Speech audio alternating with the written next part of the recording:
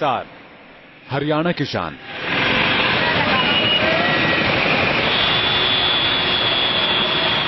एक ऐसा शहर जहां एक तरफ इतिहास की गहराई है तो दूसरी तरफ ग्लोबल वर्ल्ड के लिए संभावनाओं का सागर। यहां महाभारत काल के अवशेष हैं, मौर्य वंश की विरासत है। ये फिरोज शाह तुगलक का शहर है। यहां तुगलकी सल्तनत की रूह बसती है। लाट की मस्जिद के खंडहर और तहखाने इसकी वैभवशाली अतीत की गवाही देते हैं। इस शहर में दिल्ली का विकल्प बनने का ख्वाब पल रहा है। यहां देश की सबसे बड़ी स्टील इंडस्ट्री है। हिसार को सिटी ऑफ स्टील यानी इस्पात का शहर भी कहा जाता है। स्टील के साथ साथ इस शहर में बड़ी टेक्सटाइल इंडस्ट्री भी है। एशिया का सबसे बड़ा ऑटोमोबाइल रिपेयर और स्पेयर पार्ट्स का मार्केट भी है। चुनाव का शोर इस शहर में भी सुनाई दे रहा है। हिसार बहुत कुछ कहना चाहता है। हिसार की चुनाव यात्रा में हम इसी शोर को सुनने और समझने की कोशिश करेंगे। हिसार फिरोज के प्राचीर से मैं मधुरेंद्र कुमार आपका स्वागत करता हूं। हमारा चुनावी सफर आ पहुंचा है अब हिसार में और हम हैं इस वक्त हिसार के प्राचीनतम उस हिस्से में जो हमें लेकर जाता है सीधे मुगलिया दौर में। फिरोज शाह तुगलक के किले से हम आपको लिए चलेंगे हिसार के उन हिस्सों में जो आज आधुनिकता का प्रतीक है। उस शहर में जो स्टील का सबसे बड़ा शहर न सिर्फ हरियाणा में बल्कि आज की तारीख में देश में जाना जाता है। किस तरह से पिछले दशकों में इस शहर का विकास हुआ है और चुनाव के सफर में किस तरह के मुद्दे यहाँ प्रभावी हैं, इससे भी हम आपको रूबरू कराएंगे। तो चलिए हमारे साथ और इस सफर में देखिए कि किस तरह से हिसार की चुनावी हवा बहती नजर आ रही है।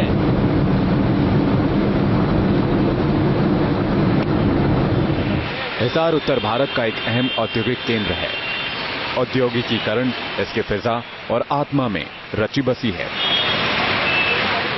एसएल ग्रुप के चेयरमैन सुभाष चंद्रा और जिंदल ग्रुप के चेयरमैन नवीन जिंदल यहीं से हैं। एसएल और जिंदल ग्रुप का कॉर्पोरेट ऑफिस भी यहीं पर है। इकोनॉमिक हब के साथ ये एजुकेशनल हब भी है। पिछले कुछ दशकों के दौरान हिसार में शिक्षा के स्तर में जबरदस्त बदलाव आया है। 81% से ज्यादा साक्षरता दर वाले हिसार में Guru Jambheshwar university, Hisar government college, DN college के साथ साथ कृषि यूनिवर्सिटी भी है। चुनावी शोर को सुनने के लिए सबसे पहले हम पहुंचे गुरु जमदेश्वर यूनिवर्सिटी। हरियाणा में किस तरह की चुनावी हवा है और इसको लेकर युवाओं के मन में किस तरह के सवाल हैं, बातचीत करने के लिए हम गुरु जमदेश्वर यूनिवर्सिटी में हैं और यहाँ पर काफी संख्या में हमारे साथ छात्र मौजूद हैं। दरअसल छात्रों की अहम भूमिका इसलिए भी चुनाव में है क्योंकि जिस तरह का लोकसभा चुनाव का परिणाम आया और उस दौरान जो युवाओं में एक अलग तरह का जोश दिखाई दिया, खासतौर पे मुद्दों को लेकर, अपनी व्यवस्था को लेकर और कहीं न कहीं अपने उन सवालों को लेकर जो युवाओं को खुद के साथ जोड़ता है। क्या है दरअसल हरियाणा में इस वक्त युवाओं के मन में चल रहा, कुछ साथियों से बात करते हैं। ये बताइए, चुनाव आपके सर पे है और एक तरह की चुनावी हवा जो है बहती नजर आ रही है, युवाओं के मन में किस तरह के सवाल है? जी, अब जब आपको हम देख रहे हैं कि चुनाव सर पे हैं, हम चाहते हैं कि इस बार जितने भी हमारे जो आर्थिक और जितनी भी समस्याएं हैं, हम चाहते हैं कि वो दूर हो सकें। और इस बार का यूथ जब से मोदी सरकार आई है, हम चाहते हैं कि जितना भी भ्रष्टाचार और इस देश में जितनी भी गंदगी है वो यहाँ से चली जाए। ये सुधार हो पाएगा क्योंकि काफी 10 सालों से ये सरकार है जो अभी मौजूदा जो सरकार है। तो मैं कहना चाहूंगा कि अगर जनता चाहे तो उनके हाथ में सब कुछ है। इस बार की सरकार हम वही चुनेंगे अगर वो हमको लिखित रूप में हमको दे सके कि वो हमारी समस्याओं को सुलझा सकती हैं। तो वो अगर लिखित तौर पे हमको देते हैं तो हम जरूर उस ऐसी सरकार को चुनेंगे। हरियाणा वास्तविकता में है नहीं, तो नंबर 1 हरियाणा बनने के लिए नंबर 1 काम करना होगा। नंबर 1 काम करना पड़ा। आपको लगता है चेहरों की लड़ाई है या फिर मुद्दों की लड़ाई है या फिर जात की लड़ाई है या फिर खाप की लड़ाई है क्या इस बार का चुनाव? जात की लड़ाई हर बार की तरह। हर बार यहाँ पर यही होता है कि जात के लिए लड़ते हैं। कोई मुद्दा कभी आज तक उठाओ ऐसा तो होता ही नहीं है। ना सुरक्षा मिलती है, स्त्रियों को तो सुरक्षा बिल्कुल ही नहीं मिलती। ऐसा लगता है शहर में कचरे के डब्बे में हम रहते हैं, चाहे वो लोगों की सोच का कचरा हो या फिर हमारा पूरा असली जो कचरा होता है, ना साफ सफाई होती है। चाहते हैं आप इस बार का चुनाव कुछ विकल्प दे, कुछ बदलाव लाए? किस तरह का बदलाव आपको लगता है कि इस चुनाव को करना चाहिए और हरियाणा बदलना चाहिए? हरियाणा बदलना चाहिए। सबसे पहले यहाँ पे लोगों की सोच बदलने की बहुत जरूरत है। साफ सफाई की जरूरत है, सुरक्षा की जरूरत है। अपहरण होते हैं दिन पर दिन, रेप होते हैं, ये सब रोकने की बहुत ज्यादा जरूरत है। यहाँ पर ऐसा होना चाहिए कि कोई अगर रात को 8 बजे भी चलता है तो उसे डर ना लगे। पुलिस की सुरक्षा होनी चाहिए हर वक्त, और हर तरह से सुरक्षा हर किसी को मिलनी चाहिए। सवाल सुरक्षा का है, सवाल विकास का है, सवाल उन मुद्दों का है जो कि कहीं न कहीं एक आम इंसान के मन में, एक युवा के मन में प्रभावी तौर पर दिखाई देता है। ये और बात है कि परिपाटी जात और पात की रही है। ये और बात है कि परिपाटी में कहीं न कहीं कुछ इस तरह के मुद्दे प्रभावी रहे हैं जो कि परंपरागत रहे हैं, लेकिन युवाओं का मन कहता है कि दरअसल परंपरागत मुद्दों से हटकर विकास की राजनीति जो है वही हरियाणा को एक नई दिशा दे सकती है। युवाओं के बीच से हम चलते हैं अब शहर और गांव की ओर, और जरा वहां भी देखते हैं कि किस तरह की चुनावी हवा वहां बहती हुई दिखाई दे रही है। यूनिवर्सिटी की शांति से शहर की तरफ बढ़ते ही चुनाव का शोर सुनाई देने लगता है। हिसार चुनाव के रंग में रंगा है। उम्मीदवार अपनी मौजूदगी दर्ज कराने के लिए पूरी ताकत झोंक रहे हैं।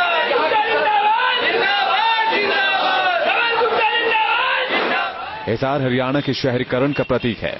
ये देश के जाने माने उद्योगपतियों का घर तो है ही, यहाँ अप्रवासी भारतीयों की भी बड़ी तादाद है। सियासी नजरिए से शहर बेहद अहम है। शहर पर अपना दावा ठोकने में कोई भी सियासी दल पीछे नहीं है। एशिया का सबसे बड़ा ऑटोमोबाइल पार्ट्स का मार्केट हिसार में है, और यहाँ भी गलियां हो या सड़क इस वक्त चुनावी मुद्दों से और चुनावी नारों से गुलजार नजर आ रही हैं। हमारे ठीक पीछे चल रहा है चुनाव प्रचार, और ये चुनाव प्रचार है बीजेपी प्रत्याशी का।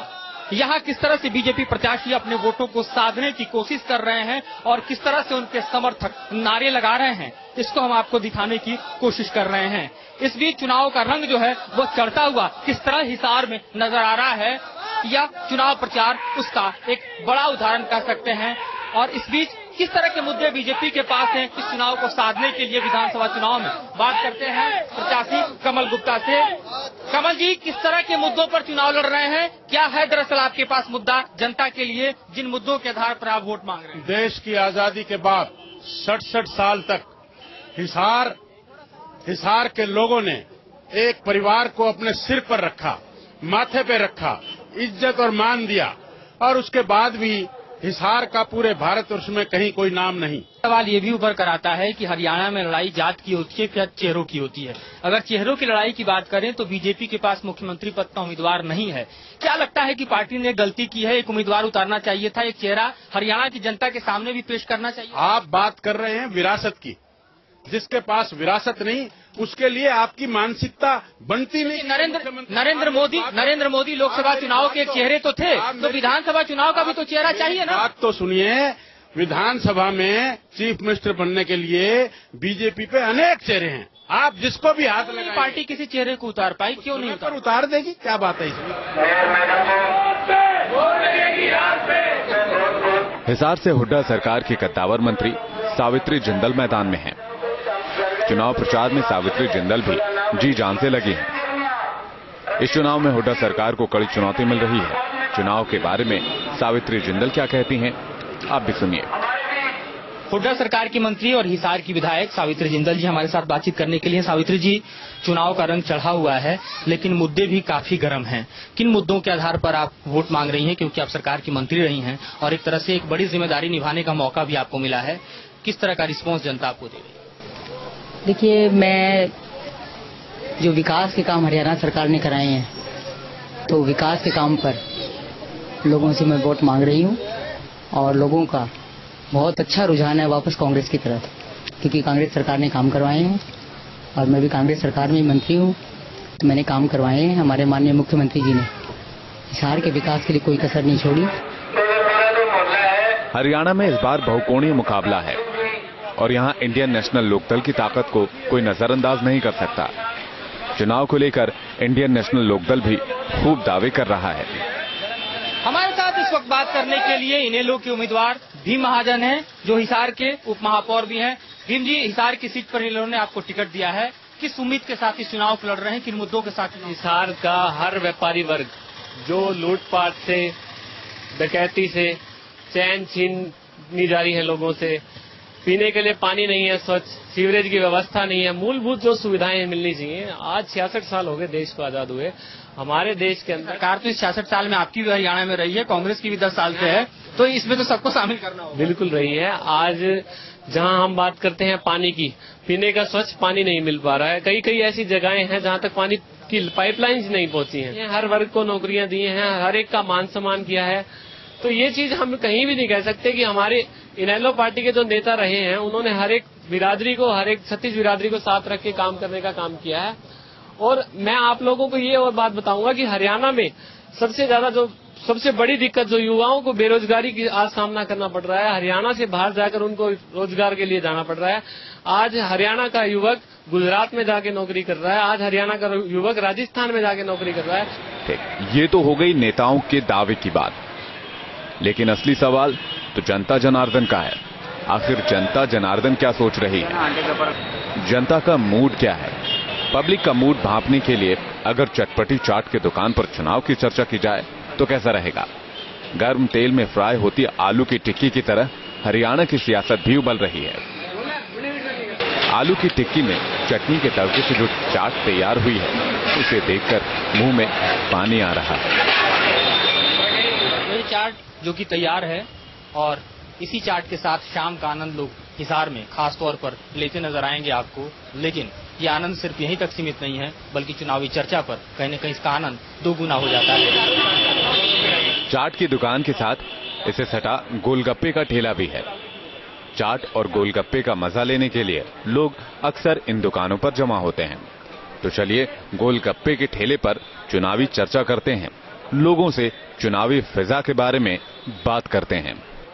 ये हिसार का राजगुरु मार्केट है और मार्केट के इस चौराहे पर चाट और चाट के साथ साथ चटकारे लेते हुए चुनावी चर्चा का दौर बेहद गर्म नजर आ रहा है। यहाँ शाम आजकल चुनावी चर्चा में ही शुरू होती है और चुनावी चर्चा के साथ ही खत्म भी होती है। यहाँ किस तरह से लोग जो हैं वो गोलगप्पे के साथ और चाट के साथ चुनावी चर्चा कर रहे हैं, जरा जानते हैं आपसे। ये बताइए, हरियाणा में चुनाव की किस तरह की हवा इस वक्त चल रही है, किन मुद्दों की बात लोग कर रहे हैं? सबसे बड़ा मुद्दा जो कांग्रेस का भ्रष्टाचार का मुद्दा है, जो विकास हुआ है, समान विकास नहीं हुआ है, रहेगा भ्रष्टाचार का मुद्दा रहेगा। जो कि लैंड जमीन वगैरह की वो जो मुद्दे रहेंगे वो मेन मुद्दा रहेगा। आपको लगता है कि इस वक्त का चुनाव जो है वो लोकसभा की तर्ज पर होगा या जो विधानसभा के तर्ज पर होने वाला चुनाव है, जाति के आधार पर और कहीं न कहीं अलग अलग तरह के जो लोक लुभावन वायदे किए जाते हैं उनके आधार पर लोग उस तरह से होगा? लोकसभा के तर्ज पर ये चुनाव बिल्कुल नहीं है, क्योंकि लोकसभा में एक मोदी की लहर हो गई थी, वो ऐसा हरियाणा में कुछ भी नहीं है। ये जो विधानसभा का इलेक्शन है पर कैंडिडेट और पार्टी के हिसाब से है, पर कैंडिडेट और पार्टी के हिसाब से है। आप बताएंगे कि दरअसल चुनाव का जो फ्लेवर है, चुनाव जिस तरह से चढ़ता हुआ नजर आ रहा है, किस तरह का असर दिखाई दे रहा है? असर तो जी इसमें कुछ तो जाति का भी असर होता है। हरियाणा में तकरीबन जाति पे खूब वोट जाते हैं और दूसरा फिर कैंडिडेट के ऊपर है, पार्टी के साथ में भी है। एक सवाल आपसे पूछेंगे हम कि गांव की तरफ जो ग्रामीण हिस्सा है हिसार का और जो शहरी हिस्सा, दोनों में चुनाव का अंतर क्या है, किस तरह से? इसमें जी कोई अंतर नहीं है, खास करके हमारा तो हिसार जिला भी जो है ये हजका के साथ में है। लगभग हिसार जिला हजका को वोट देगा, लगभग देगा, क्योंकि चौटाला से सब लोग खिलाफ है। लेकिन लोकसभा चुनाव में हजका का असर तो दिखा नहीं, कैसे लगता है आपको कि विधानसभा में? नहीं जी, हमारे जो ये 6-7 हल्के थे इनमें तो कुलदीप की काफी बढ़त हुई है और 2-3 जो वे हल्के थे वो मतलब उनमें कुछ धक्काशाही हो गई। आपको लगता है कि जाट और नॉन जाट का जो फैक्टर है वो फिर से एक बार चुनाव में उठता हुआ दिखाई दे रहा है? नहीं जी, जाट नॉन जाट का कोई फैक्टर नहीं है। आपका असर? नहीं, कोई खाम का असर नहीं। किसका असर है? और कुलदीप बिश्नोई को वोट दे सके, हजका को वोट है। लेकिन हिसार जो है एक तरह से देखा जाए तो कहा जाता है कि न सिर्फ जाट लैंड है बल्कि जाट बहुल और जाट प्रभाव से यहाँ की राजनीति चलती है और इसमें आपको हजका फायदा उठाती भी रही है। लेकिन जिस तरह से पिछले चुनाव में हजका का सुपड़ा साफ हुआ, आपको लगता है कि विधानसभा में कुछ वापसी की उम्मीद नजर आ रही है? क्योंकि अब तो बीजेपी भी साथ नहीं है। कोई दिक्कत नहीं है जी उसकी, बीजेपी का कोई असर नहीं है। बीजेपी हजका के नहीं आ पा रही, वो हजका के वोट लेगी बीजेपी। आप क्या कहते हैं, जिस तरह का चुनाव इस वक्त चढ़ता हुआ दिखाई दे रहा है? शाम का वक्त है, हालांकि चाट और गोलगप्पे पे लोग जो है तमाम तरह की चर्चा कर रहे हैं, लेकिन चुनावी चर्चा ठहरी कहाँ है, टिकी कहाँ हो? फिर तो हिसार में तो जाट नॉन जाट का नारा दिया था कुलदीप उसने पिछले इलेक्शन के अंदर, और उसी कारण वो फेल हुआ है। क्योंकि उसने कहा था भाई मैं 35 जात का नेता हूँ, 36 जात की मुझे जरूरत नहीं, और वो 36 जात ने दिखा दिया इनको। ठीक है, उसके बाद अब की बार इतनी पोजिशन आई नहीं अभी तक की दिक्कत आ जाए। क्या है हिसार के बेसिक मुद्दे, क्या है मूल मुद्दे, क्या है जिस पर आपको लगता है कि जनता को MP हमारा कुलदीप जी रहे पहले हिसार के अंदर, उसने मेरे हिसाब में कोई पैसा नहीं लगा। मेरे हिसाब से सारा हिसार ही कहता है कि उसने अपने बजट से कोई पैसा नहीं। वैसे चाय की चुस्की के बगैर चुनाव की चर्चा अधूरी है। सियासत के मोदी युग में चाय की अहमियत और ज्यादा बढ़ गई है। चाय की चुस्की के साथ हमने हरियाणा के सियासत की भी चर्चा की। हिसार में चुनाव की चर्चा चाय की प्यालियों तक आ पहुंची है। हुक्के और चाय पर किस तरह की चौपाल जमी है और किस तरह का बहस, किस तरह से अखबार के मुद्दे और किस तरह से यहाँ के सियासी मुद्दे छाए हुए हैं। बात करने के लिए हमारे साथ यहाँ काफी संख्या में लोग हैं, तो जरा इनसे जानते हैं हम। ये बताइए किस तरह की हवा इस वक्त हिसार में चल रही है? इस टाइम कोई मतलब हवा का कोई रुख नहीं है जब तक पूरी टिकट पार्टियां क्लियर ना कर दे। मुद्दे चाय से ज्यादा गर्म अभी दिखाई देते हैं? नहीं दिखाई दे रहे, चाय से ज्यादा गर्म मुद्दे दिखाई नहीं दे रहे। नहीं, मुद्दे तो पूरे विकल्प है ही नहीं, विकास हुआ ही नहीं अभी, तो देखते हैं बात कैसा। मौजूदा जो सरकार है उसको लेकर क्या कहना है, ये बताइए। जो अभी तक की 10 साल की सरकार रही है हुड्डा की, क्या कहते हैं उसको लेकर? सरकार तो बहुत अच्छी रही है, बाकी विकास हुआ तो सारा रोहतक एरिया में हुआ और कहीं नहीं हुआ सर। सिर्फ रोहतक में हुआ, आप क्या कहते हैं? सिर्फ रोहतक में हुआ जी। फिर आखिर में सियासी हवा जो है आकर उसी जात पर, उसी पात पर जाकर टिक जाएगी और वोट का आधार जो है जात पात बन जाएगा। ऐसा है जी, जात पात तो राजनीति में चलती है, मैं आपको बताऊं। दूसरी बात है, यहाँ किसी भी सरकार का कोई वो नहीं है कि भी कोई विकास करा सके। हमारा किसी तरह का भी विकास नहीं है हमारे हिसार के अंदर, और हरियाणा में भी कहीं नहीं है। हिसार को दिल्ली के विकल्प के रूप में क्यों पेश किया जाता है, ओपी जिंदल नॉलेज सेंटर्स का उदाहरण है। यहां अमेरिका के सिएटल टावर की तर्ज पर 282 मीटर ऊंचा स्टील टावर तैयार किया गया है। यह स्टील टावर एशिया का सबसे ऊंचा और दुनिया का दूसरा सबसे ऊंचा स्टील टावर है। इस स्टील टावर की तरह हिसार भी विकास की नई ऊंचाइयों को छूना चाहता है। सवाल है कि क्या इस चुनाव के जरिए हिसार के विकास को गति और नई दिशा मिल पाएगी? तो क्या इस बार हरियाणा में चुनाव का और एक तरह से कहें मतदान का पैमाना विकास होगा, या फिर वही तमाम मुद्दे होंगे जो कि आखिरी क्षण में एक तरह से हर मतदाता के दिल में घर कर जाते हैं, या फिर बदलाव की जो बहती बयार इस वक्त हरियाणा में दिखाई दे रही है और मुद्दों की जो गर्माहट चाय की प्याली से लेकर और हर गली चौराहे पर सुनाई दे रही है। इसी तरह से एक बदलाव की दस्तक जो कि यहाँ दिखती है, वैसा ही चुनाव का परिणाम भी दिखेगा। इसी के साथ अब हिसार से हमें दीजिए इजाजत और हमारे सहयोगी पवन तिवारी को भी। फिर आपको मिलेंगे हम हरियाणा के किसी और शहर में, हरियाणा के किसी और जिले में, और बताएंगे वहां का सियासी हाल।